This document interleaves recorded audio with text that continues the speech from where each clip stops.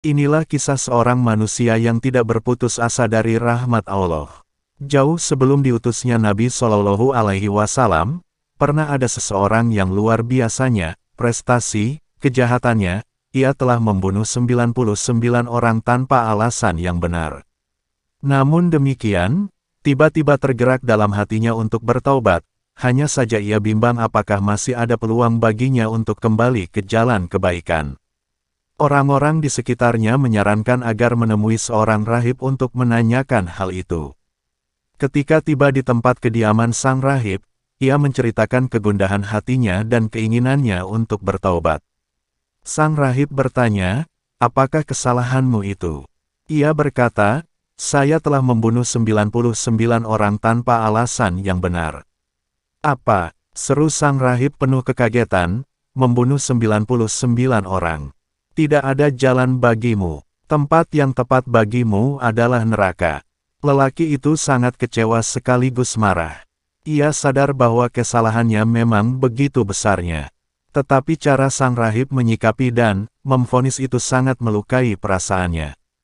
Walau hatinya mulai melembut dengan keinginannya untuk taubat, tetapi jiwa jahatnya belum benar-benar menghilang. Tanpa banyak bicara, ia mengambil pisaunya dan membunuh sang rahib. Genap sudah 100 nyawa tidak bersalah yang melayang di tangannya, tetapi panggilan ilahiyah untuk bertaubat terus mengganggu perasaannya, hanya saja ia tidak tahu harus bagaimana. Suatu ketika ada orang yang menyarankan untuk menemui seseorang yang alim di suatu tempat, dan ia segera menuju ke sana. Ketika tiba di tempat tinggal sang alim, ia menceritakan jalan hidupnya, termasuk ketika ia menggenapkan pembunuhannya yang ke-100 pada diri sang rahib, dan tentu saja keinginannya untuk bertaubat. Sang alim yang bijak itu berkata, "Tentu saja bisa, dan tidak ada seorang pun yang bisa menghalangi keinginanmu untuk bertaubat. Tetapi tinggalkanlah tempat tinggalmu itu karena di sana memang kota maksiat. Pergilah ke kota lainnya, karena di sana banyak orang yang beribadah kepada Allah. Beribadahlah engkau bersama mereka, dan jangan pernah kembali ke kotamu itu. Insya Allah engkau akan memperoleh ampunan Allah dan dimudahkan jalan kepada kebaikan." Lelaki itu segera berangkat ke kota yang dimaksudkan sang alim, tetapi di tengah perjalanan kematian menjemputnya. Datanglah 2 malaikat untuk menjemput jiwa lelaki itu, satu malaikat rahmat dan satunya malaikat azab siksa. 2 malaikat itu bertengkar dan masing-masing merasa berhak untuk membawa jiwa lelaki itu. Sang malaikat rahmat berkata, "Ia telah berjalan kepada Allah dengan sepenuh hatinya."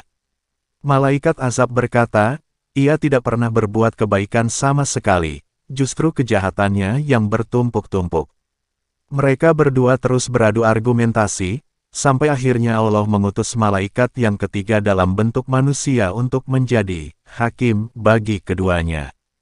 Setelah masing-masing mengajukan pendapatnya, ia berkata, "Ukurlah jarak 2 kota itu dari tempat kematiannya ini, mana yang lebih dekat, maka ia termasuk dalam golongannya."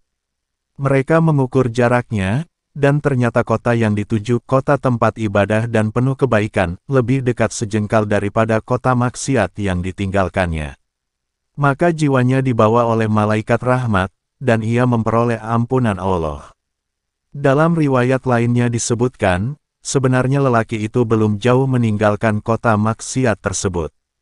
Tetapi Allah memang berkehendak untuk mengampuninya, maka dari tempat kematiannya itu, kota kebaikan dan ibadah dipanggil mendekat dan kota maksiat dihalau menjauh hingga jarak keduanya hanya selisih sejengkal tangan, lebih dekat kepada kota kebaikan.